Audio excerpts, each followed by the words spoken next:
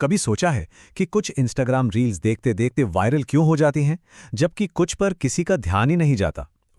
आज हम इसी राज से पर्दा उठाएंगे। चलिए समझते हैं कि एक परफेक्ट इंस्टाग्राम रील आखिर बनती कैसे है। आज हम एक बहुत बड़े सवाल का जवाब ढूंढ रहे हैं। मतलब एक ऐसी दुनिया में जहां हर कोई बस स्क्रॉल किए जा रहा है, वहां किसी को रोककर अपना वीडियो देखने पर मजबूर कैसे किया जाए। तो इसका पूरा सफर हम ऐसे तय करेंगे।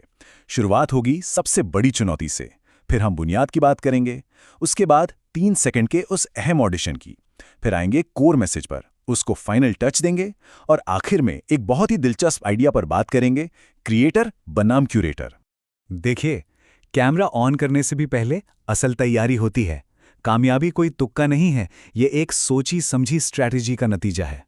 जो सबसे सफल क्रिएटर्स होते हैं ना, वो हमेशा एक मजबूत नींव के साथ ही शुरुआत करते हैं।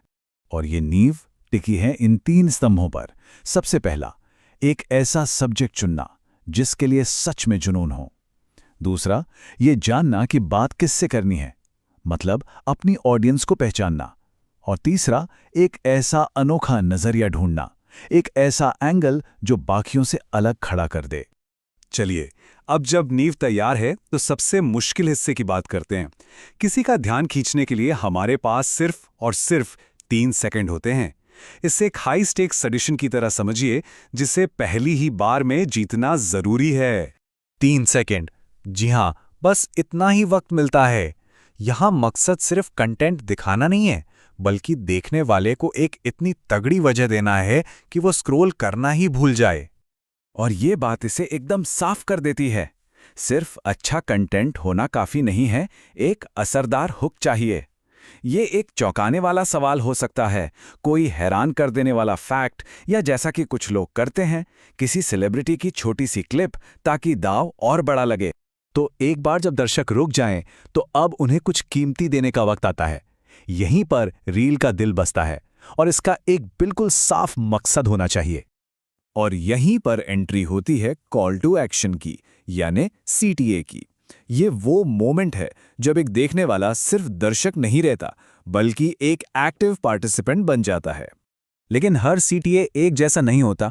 जरा सोचिए, एक तरफ है एक आम सा सवाल, बताइए कैसा लगा, और दूसरी तरफ एक साफ निर्देश, अगर कोई नई स्किल सीखनी है तो कमेंट में ग्रोथ लिखिए। जाहिर है दूसरा वाला कहीं ज्यादा असरदार है। ये एकदम क्लियर है, इस पर एक्शन लेना आसान है, और ये एंगेजमेंट को सीधे सीधे बढ़ाता है। ठीक है, अब जब एक मजबूत ढांचा तैयार है, तो इसमें कुछ आखिरी चीजें मिलाते हैं जो रील को सबसे अलग बना देंगी।